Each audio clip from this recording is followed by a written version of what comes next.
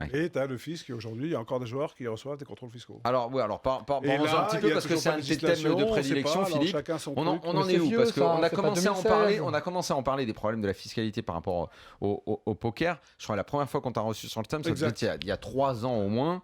Alors, on en est où? Parce qu'à ce aujourd'hui, moment-là, si on jamais attendait tu es- qu'il y ait une législation. Alors, il n'y a pas de là-dessus. législation, mais il y a quelques directions. Apparemment, si tu travailles et que tu as une activité Principal. professionnelle, Mm. en tout cas que tu travailles tous les jours, et que tu joues au poker de tournoi, même de manière régulière, tu n'es pas inquiété. C'est ce qui était mon cas. Je n'ai pas été reconnu comme joueur professionnel, même en étant sponsorisé.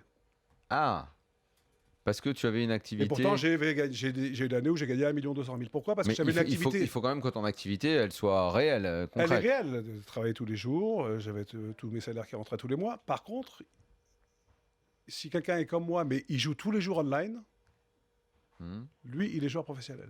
Parce qu'il a une deuxième activité professionnelle, une activité journalière et quotidienne.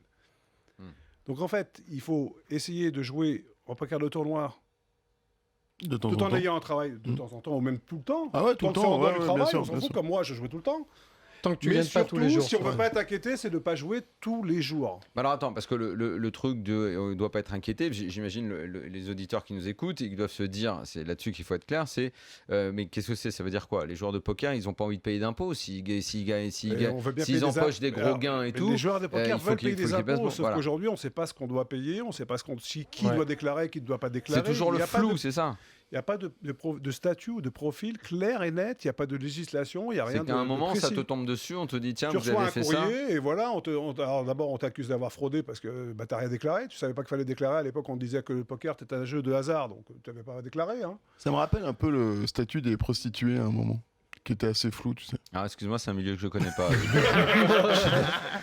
Non, Je suis mais désolé, mon c'était vieux, flou, mais c'est là, je interdit, peux mais pas. tu dois payer des impôts quand même, quoi, sur quelle base et tout ça. Ah oui. Et ça me fait, un peu penser à ça, quoi. c'est Ouais, vrai, donc bah tu ouais, payais c'est des un- impôts, c'est fou. t'étais concerné, je veux dire, c'est quoi le problème? Je comprends pas son truc.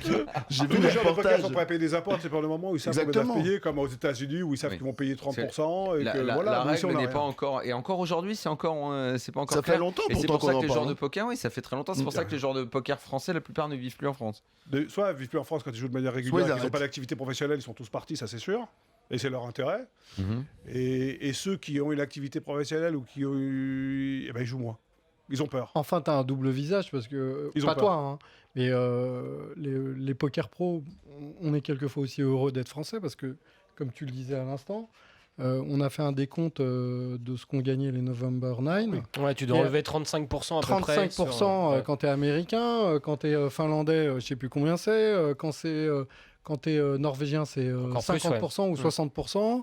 Il y en a, ils se retrouvaient avec à peine 1 million, ils ont été au bout, tu vois. Donc, il y a quand même des côtés positifs. Maintenant, on a toujours ce côté râleur, mais surtout, je vais dire un Non, truc. mais râleur, nous, c'est pas C'est, question de râleur, c'est mettons une loi. C'est surtout mettons un chef-faire. Philippe sans langue de bois et moi langue de bois. Quoi. Voilà, la différence, c'est exactement ça. C'est sa rubrique.